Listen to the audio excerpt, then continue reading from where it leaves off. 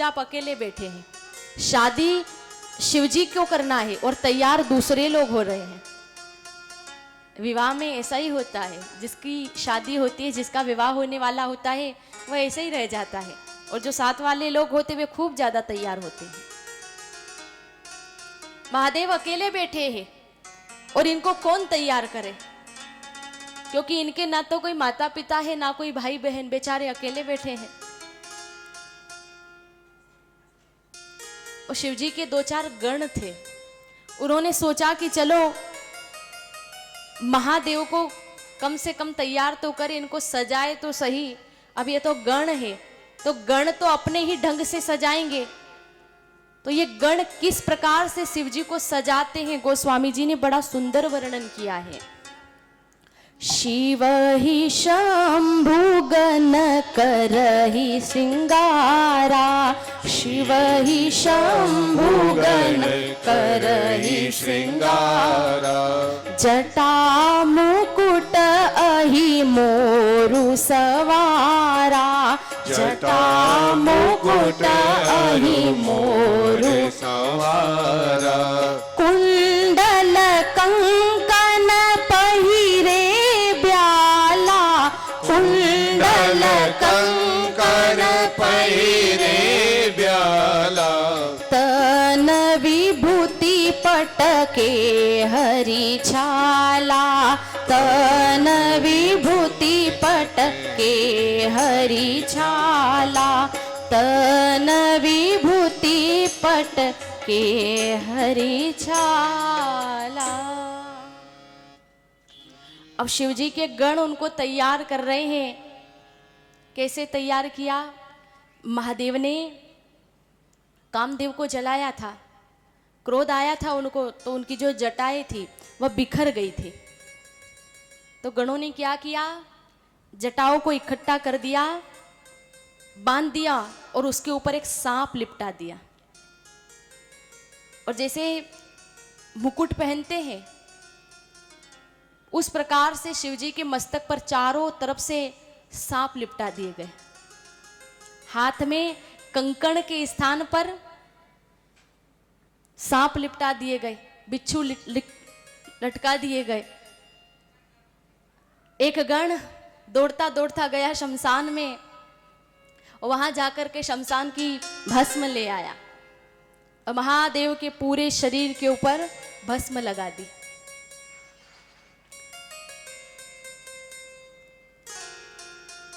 गण अपने तरीके से सजा रहे हैं महादेव को, बाकी देवता सब अच्छे अच्छे वस्त्र धारण कर रहे हैं, पीतांबर धारण करते हैं, और ये तो महादेव है दिगंबर।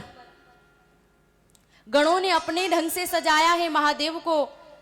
यज्ञोपवीत के स्थान पर भी सांप लिपटा दिया गया। गले में मुंड माला धारण कर रखी है। वैसे जब दूल्हा विवाह करने के लिए जाता है तो सोने चांदी के आभूषण धारण करता है, और इसके विपरीत महादेव ने सोने के स्थान पर सांप के आभूषण पहने हैं। संसार के सभी दूल्हे राजा से ये दूल्हे बिल्कुल अलग प्रकार के हैं।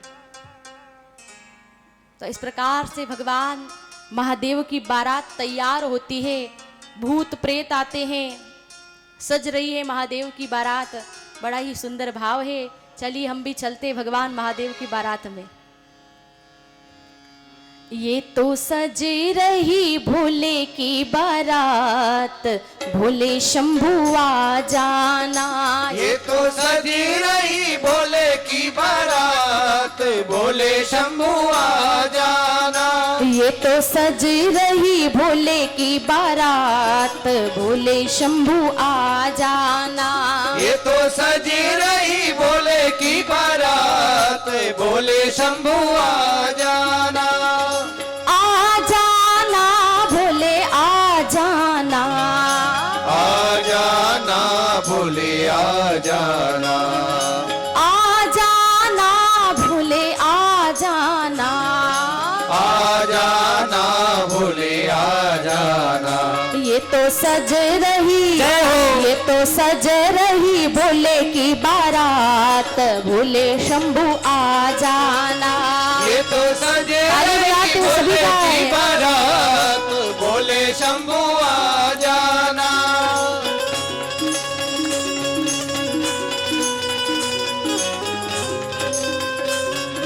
हरि बोल।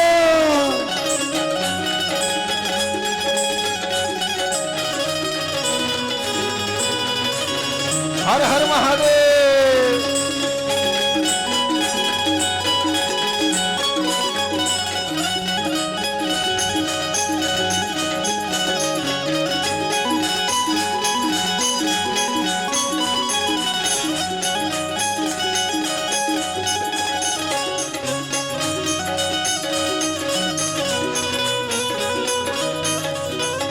हरि बोल।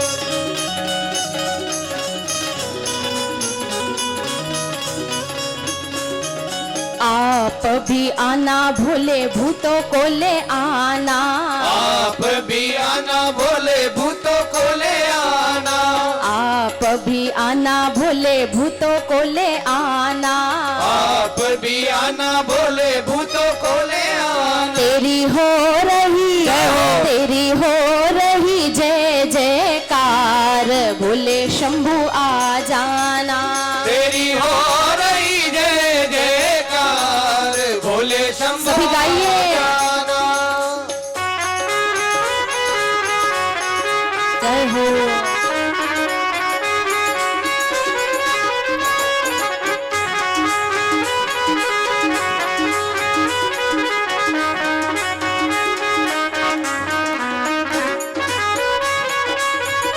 जय हो।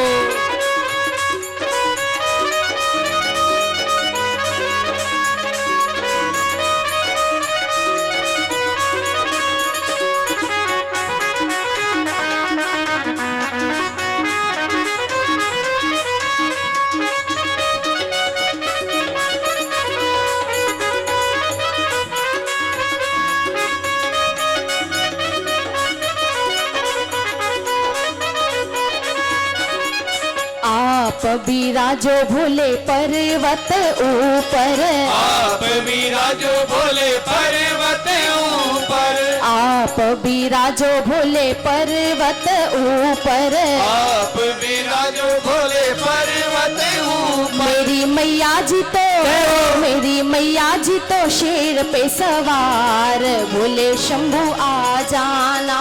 मेरी मैया जी तो शेर पे सवार, भोले शंभू आ जाना।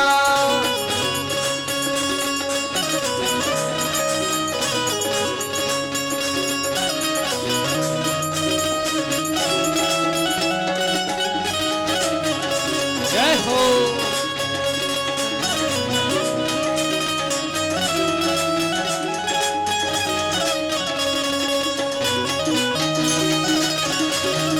हरि हर बोल।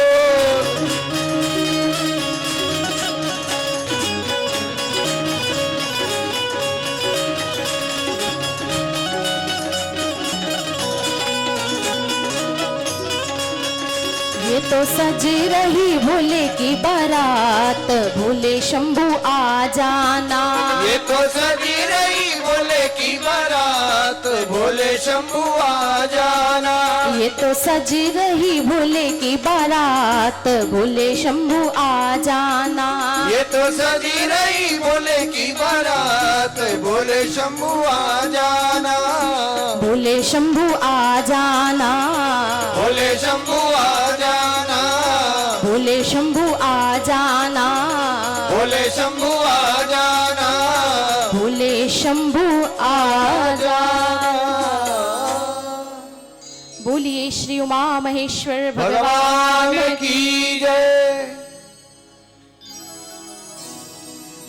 अब बड़े ही निराले ढंग से महादेव की बारात सज रही है।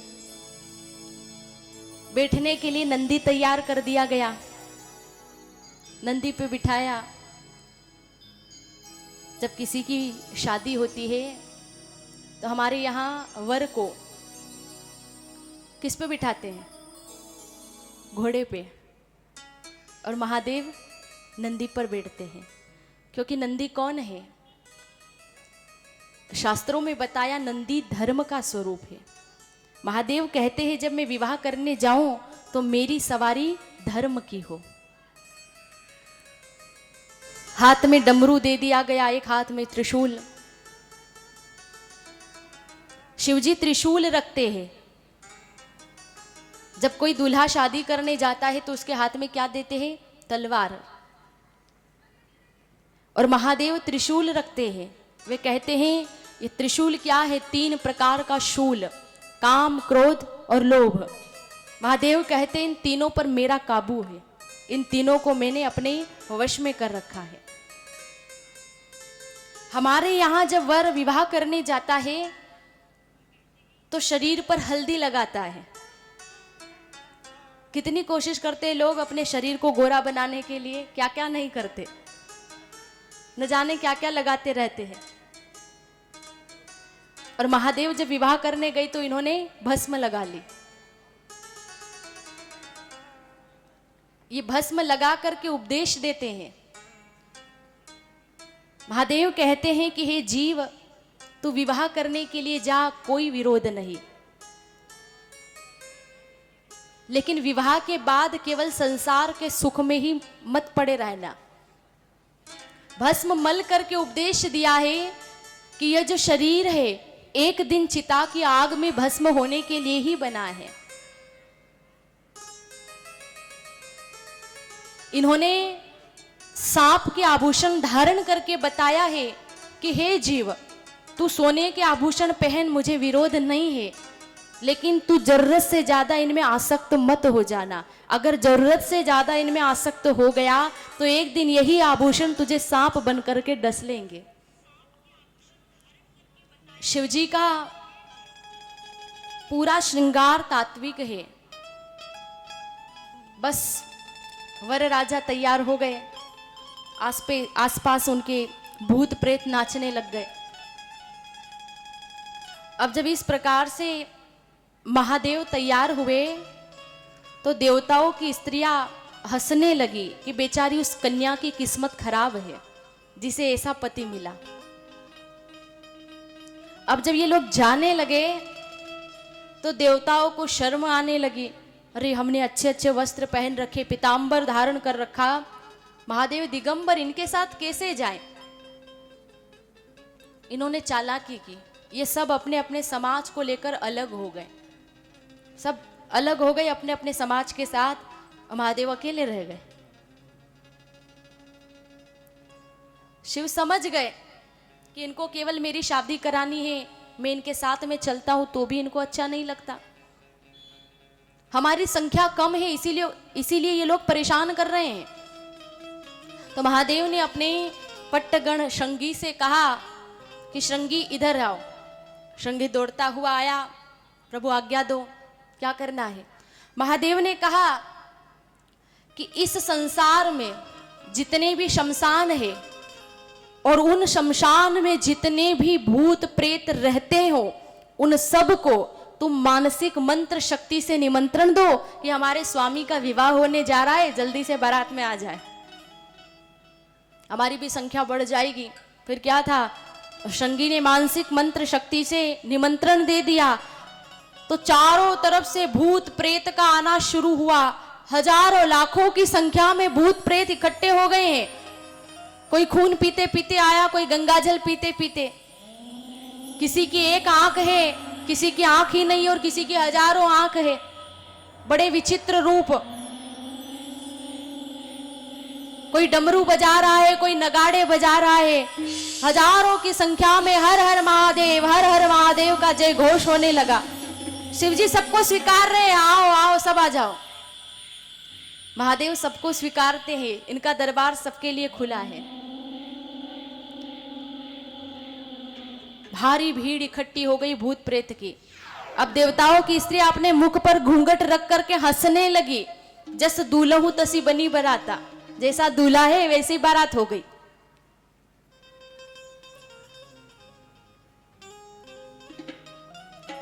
देवता आगे आगे जा रहे हैं। वीरभद्र ने कहा कि स्वामी ये क्या हो रहा है, विवाह आपका है और ये लोग आगे आगे जा रहे हैं। बोले इनको सम्मान चाहिए, ये सम्मान के भूखे हैं, जाने दो इनको आगे, हम तो पीछे ही ठीक है। देवता आगे चल रहे हैं, ये सोचते हैं कि हमको आगे जाने में ही फायदा है, क्योंकि अगर महादेव को हमने सामने खड़ा कर दिया तो जो स्वागत करने वाले आएंगे इनको देखकर सब भाग जाएंगे, एक भी आदमी खड़ा नहीं रहेगा। हम लोग पीछे रहेंगे तो हमारी कौन सुनेगा? तो पहले हम लोग जाए, कम से कम हमें ठहरने का स्थान मिल जाएगा, हमारा स्वागत हो जाएगा। बस ये भाव रख कर के आगे आगे चलते हैं। किसी ने पूछा कि महादेव को कहां पर ठहराएंगे, उनके रुकने की व्यवस्था कहां करें? तो देवता बोले उनको ठहराने की आवश्यकता नहीं है, अपने आप ठहर जाएंगे। उनको शमशान अच्छा लगता है, वे तो वहीं रुकेंगे। बारात पहुंचने वाली थी। इधर राजा हिमाचल ने भी अपनी कन्या के विवाह के लिए बड़ा सुंदर मंडप तैयार किया है, बहुत अच्छी व्यवस्था की है, सुंदर भव्य मंडप तैयार किया गया है। और स्वागत वाले भी पहले से तैयार खड़े हैं, बारात आने वाली है, स्वागत करना है। सोने की थालियां है, अच्छे अच्छे दीपक प्रज्वलित करके आए हैं स्वागत करने वाले। विष्णु भगवान विचारते हैं कि देवताओं को आगे कर दिया जाए, इनका स्वागत हो जाए, फिर महादेव आएंगे। तो सब लोगों की, देवताओं की एक पंक्ति सी लग गई। भगवान विष्णु, देवराज इंद्र, कुबेर, ये सब लोग हैं। अब स्वागत करने वाले जब आए तो स्वागत करने वाले इंद्र को देख करके, देवताओं को देख करके इतने प्रसन्न हुए, कहने लगे देखो सब लोग कितने सुंदर हैं। अगर बाराती इतने सुंदर है तो दूल्हे राजा कितने सुंदर होंगे। विष्णु भगवान की सुंदरता को देख करके तो लोग इतने मोहित हो गए, इतने प्रसन्न हो गए, देखो बाराती कितने सुंदर है, महादेव कितने सुंदर होंगे। और क्यों ना हो, हमारी पार्वती ने इतना कठोर तप जो किया है। बड़े आनंदित हो रहे हैं। अब भगवान विष्णु सोचते हैं कि असली दूल्हे को देखने के बाद इनमें से कितने लोग जिंदा बचेंगे और कितने मरेंगे, यह भी एक सवाल उत्पन्न होता है। अब इन लोगों को कुछ पता नहीं है, इन सबका स्वागत सम्मान हो गया, ठहरने का स्थान मिल गया। अब इधर महादेव आए हैं अपनी बारात लेकर के, हजारों भूत प्रेत आसपास नाच रहे हैं, जय घोष करते हुए महादेव की बारात यहाँ पधारी। और जब महादेव की बारात आई तो जो लोग स्वागत करने वाले थे सब भाग गए। मैदान एकदम बिल्कुल साफ, कोई नहीं। हाथ में सोने की थालियां थी, कहां गिरी कुछ पता नहीं, सब भागने लगे। तो वीरभद्र ने पूछा महादेव से, प्रभु इस गांव में क्या ऐसा रिवाज है, क्या लोग इस तरह से स्वागत करते हैं, दूल्हे को देखकर कि सब भागने लग जाते हैं? बोले भाई ऐसा रिवाज तो नहीं है। ठीक है कोई बात नहीं, हमें सम्मान नहीं चाहिए, ये सम्मान के भूखे नहीं है। वास्तव में सम्मान के भूखे नहीं थे, ये तो शिव है। अगर यहां जीव होता तो इतनी देर खड़ा रहता, भाग जाता कब का। महादेव अपने आप ही अंदर पधारे। कहते हैं राजा हिमाचल की पत्नी महारानी मैना सुंदर आरती तैयार करके शिवजी की आरती उतारने के लिए आई। संत कहते हैं जब आरती उतार रही थी तो अचानक से आरती की थाली हाथ से छूट गई। क्यों गिरी, यहां महात्मा लोग अर्थ करते हैं कि प्रारंभ में उन्होंने रुद्र रूप नहीं देखा था, फिर भी आरती अचानक से हाथ से छूट गई। शिवजी का रूप देख करके हाथ से आरती नहीं छूटी, उनके मस्तक पर चंद्रमा को देख करके आरती छूट गई। महारानी मैना यह सोच कर आई थी कि अच्छे अच्छे दीपक प्रज्वलित करूंगी तो मेरे जमाई खुश हो जाएंगे, प्रसन्न हो जाएंगे। लेकिन जब उनके मस्तक पर चंद्रमा को देखा तो आरती की थाली हाथ से छूट गई कि अरे जिसके मस्तक पर स्वयं चंद्रमा हो उसके आगे मेरी आरती की क्या कीमत। ये विचार करके थाली हाथ से छूट गई।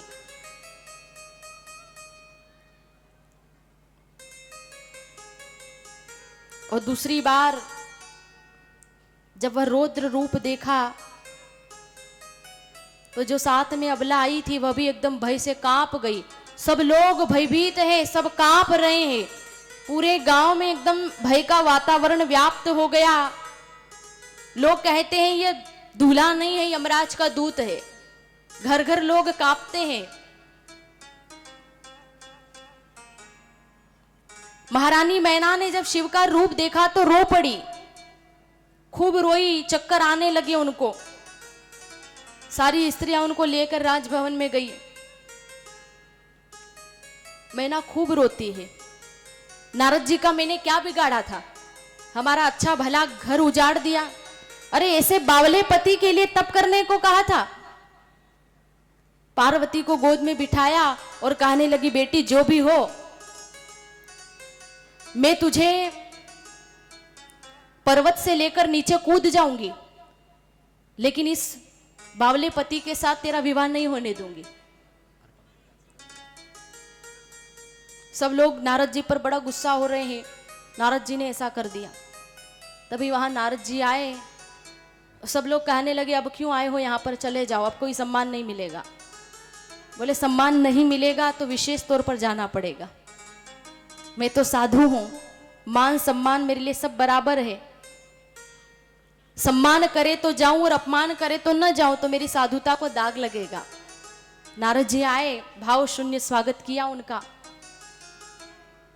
नारद जी बोले कि मैं जानता हूं आपको कष्ट हो रहा है, आपको दुख हो रहा है, लेकिन आप ये नहीं जानती है कि ये पार्वती कौन है। ये पार्वती पिछले जन्म में दक्ष की पुत्री सती थी।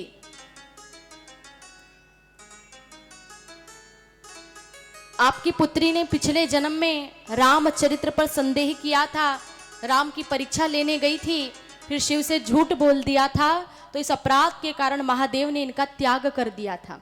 तो इन्होंने अपनी देह को जला दिया। फिर इन्होंने आपके यहाँ अवतार लिया, कठोर तपस्या करके इन्होंने पुनः शिव जी को पाने के लिए आशीर्वाद प्राप्त किया। तो यह साधारण कन्या नहीं है, यह शिव की आद्य शक्ति है। और जो भगवान भोलेनाथ आपके द्वार पर बारात लेकर के आए हैं, यह अविनाशी है, पर ब्रह्म है। हे देवी, आप इनका स्वागत सत्कार करो। और जब नारद जी ने बताया कि यह आद्य शक्ति है महादेव की, तो सब शंका कुशंका समाप्त हो गई। इसका अर्थ यह है कि घर में शक्ति बैठी हो, द्वार पर साक्षात पर ब्रह्म खड़े हो, लेकिन पहचान तब तक नहीं हो सकती जब नारद जी जैसे सच्चे संत पहचान न करा दे। सद्गुरु की आवश्यकता इसीलिए पड़ती है, गुरु पहचान कराते हैं। जब नारद जी ने पहचान कराई तो सभी लोगों के अंदर शिव के प्रति भाव जागा। पहले भाव अच्छा नहीं था, अब अच्छा भाव जागा। सबने महादेव को प्रणाम किया है, सबने आद्य शक्ति को प्रणाम किया, महादेव की सबने जय जयकार की है। भोले भोलेनाथ भजो शिव त्रिपुरारी, भोले भोलेनाथ भजो शिव त्रिपुरारी, भोले भोलेनाथ भजो शिव त्रिपुरारी, भोले भोलेनाथ भजो शिव त्रिपुरारी, शिव त्रिपुरारी भजो शिव हितकारी, शिव त्रिपुरारी भजो शिव हितकारी, शिव त्रिपुरारी भजो शिव हितकारी, शिव त्रिपुरारी भजो शिव हितकारी। भोले भोले जय हो। भोले भोलेनाथ भजो शिव त्रिपुरारी। भोले भोलेनाथ भजो शिव सभी भाव से गाइए त्रिपुरारी। ताली बजाते हुए। हरि बोल।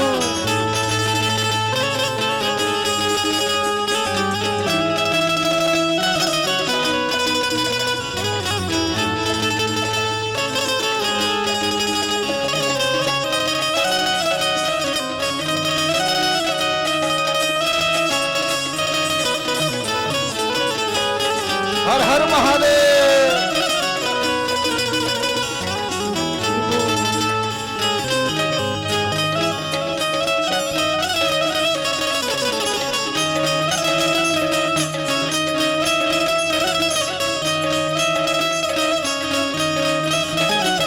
गले मुंड माल सोहे सिरे गंगाधारी गले मुंड माल सोए सिरे गंगाधारी गले मुंड माल सोहे शिरे गंगाधारी गले मुंड माल सोए सिरे गंगाधारी शंखनाद डमरू महेश सुखकारी शंखनाद डमरू महेश सुखकारी शंखनाद डमरू महेश सुखकारी शंखनाद डमरू महेश सुखकारी हे भोले भोले जय हो भोले भोले नाथ भजो शिव हितकारी भोले भोलेनाथ भजो शिव हितकारी गाइए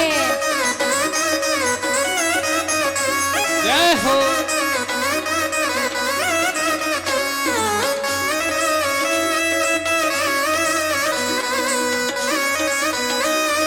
हरि बोल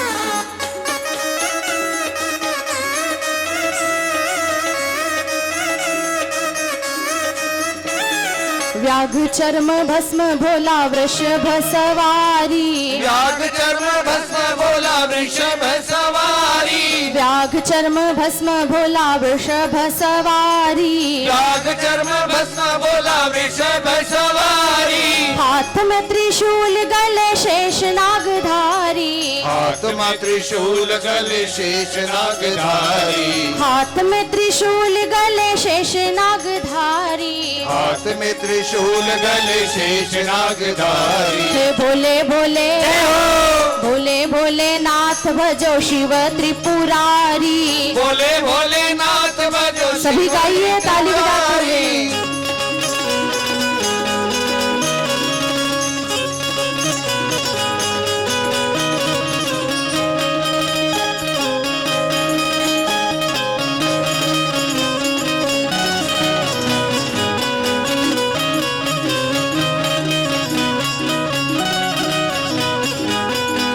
हर हर महादेव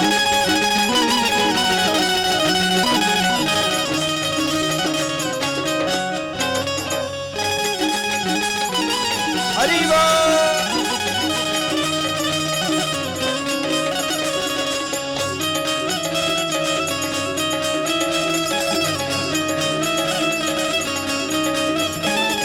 भाले बिछी चंद्र सोहे नीले कंठधारी काले बीच चंद्र सोए नीले कंठधारी भाले बिछ चंद्र सोहे नीले कंठधारी काले बीच चंद्र सोए नीले कंठधारी उमा ईशी पाए लागू शंभु सुखकारी उमाईश पाए लागू शंभु सुखकारी उमा ईशी पाए लागू शंभु सुखकारी उमाईश पाए लागू शंभु सुखकारी हे भोले भोले जय हो भोले भोले नाथ भजो शिव त्रिपुरारी भोले भोलेनाथ भजो शंभु सभी त्रिपुरारी गाइए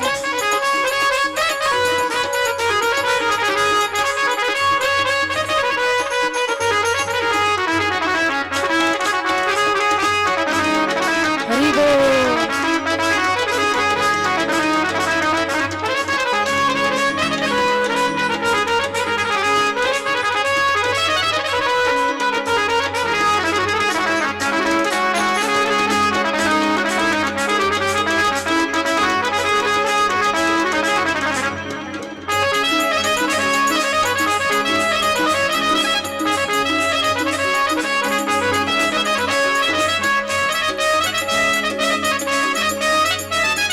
भोले भोले नाथ भजो शिव त्रिपुरारी भोले भोलेनाथ भजो शिव त्रिपुरारी भोले भोले नाथ भजो शिव त्रिपुरारी भोले भोलेनाथ भजो शिव त्रिपुरारी भोले भोले नाथ भजो शिव त्रिपुरारी भोले भोलेनाथ भजो शिव त्रिपुरारी भोले भोले नाथ भजो शिव त्रिपुरारी बोलिए श्री उमा महेश्वर भगवान की जय।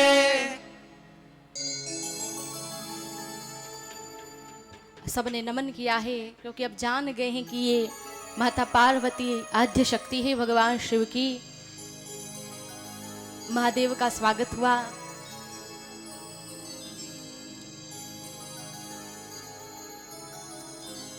देवता भगवान महादेव से यहाँ प्रार्थना भी करते, प्रभु आपके गले में सांप को देख करके आपकी सासू माँ डर गई, हे प्रभु कृपा करो, जब तक शादी हो तब तक के लिए ये सांप उतार दो, पीतांबर धारण कर लो। तो भगवान महादेव कहने लगे कि उनको लड़की देनी हो तो दे, नहीं तो कोई बात नहीं, मेरी वेशभूषा में कोई परिवर्तन नहीं होगा। बोले प्रभु आपके गले में सांप को देख करके डर लगता है। शिव कहने लगे अरे मुझे अपनी सासू माँ पे दया आती है, उनको तो प्रसन्नता होनी चाहिए कि उनके जमाई ने गले में सांप को, काल को डाल रखा है लेकिन फिर भी जीवित है। प्रसन्नता होनी चाहिए कि उनकी लड़की का सौभाग्य अखंडित हो गया है। जो गले में काल को डाल सके वही महादेव बन सकता है। शेषनाग पर शयन करने वाले ही नारायण हो सकते हैं, और कालिय नाग के फन पर नाचने वाले ही भगवान कृष्ण हो सकते हैं। काल को गले में डालकर आए हैं महादेव। भगवान महादेव के विवाह में पहले भोजन हुआ और उसके बाद में विवाह हुआ था। राम के विवाह में और शिव के विवाह में अंतर है। राम जी के विवाह में विवाह पहले हुआ था, भोजन बाद में किया गया था, क्योंकि वे रघुवंशी थे, उनको राजश्री ठाट बाट चाहिए थे। और यहाँ हिमाचल राजा विचार करते हैं कि सारे देवता विमान ले ले करके आए हैं, सुविधा वाले आए हैं, समय पर भोजन की व्यवस्था करनी आवश्यक है, नहीं तो ये लोग बिना खाए पिए ही यहाँ से चले जाएंगे, फिर रुकने वाले नहीं है। और दूसरी बात कि इन लोगों के साथ में बारात में भूत प्रेत भी तो आए हैं, अगर इनको समय पर भोजन नहीं दिया गया तो गांव वालों को ही खाना शुरू कर देंगे। पहले भोजन की व्यवस्था की गई, उसके बाद विवाह का कार्यक्रम आरंभ होता है। भगवान महादेव पधारते हैं मंडप के अंदर। ये संसार का पहला और अंतिम दूल्हा है जिसने मनुष्य की खोपड़ी की कंठमाला पहन करके विवाह किया, और अपने वास्तविक जीवन में ये जैसे रहते थे उसी प्रकार से मंडप में बैठे, कोई परिवर्तन नहीं किया। नहीं तो लोग कितना परिवर्तन कर लेते हैं। ये अपने जीवन में जैसे थे वैसे ही विवाह मंडप में बैठे, मर्यादा से स्थान ग्रहण किया, स्वर्ण सिंहासन पर विराजित हुए हैं भगवान महादेव। सारे देवतागण विराजमान हैं। वेद मंत्र का आरंभ होता है, मंगलाचरण किया गया, मांगलिक मंत्र बोले जा रहे हैं। माता पार्वती का श्रृंगार करके सखियां उन्हें मंडप में ले आई है। बड़ा सुंदर श्रृंगार है, नख सिख तक मर्यादा की खान। माँ पार्वती ने बड़ी मर्यादा से स्थान ग्रहण किया है। यहाँ भी बड़ी सुंदर झांकी सजाई गई है शिव पार्वती की। भक्तों का बड़ा आग्रह रहता है, इसलिए आइए उस सुंदर झांकी का हम सब भी दर्शन करेंगे। अभी हमारे मध्य में भी भगवान शिव और पार्वती जी पधार रहे हैं, आपको स्वागत करना है। माता पार्वती विराजमान होती है मंडप के अंदर, महादेव विराजमान है। विवाह विधि आरंभ होती है। हिमाचल राजा ने, महारानी मैना ने अपनी पुत्री का हाथ भगवान शिव के हाथ में समर्पित किया है। भगवान महादेव ने जब पानी ग्रहण किया, सारे देवताओं ने उनकी जय जयकार की है। माँ पार्वती स्वागिन बनी, सब जय जयकार करते, आकाश से फूलों की वर्षा हो रही है। पानी ग्रहण जब कीन महेशा, पानी ग्रहण जब कीन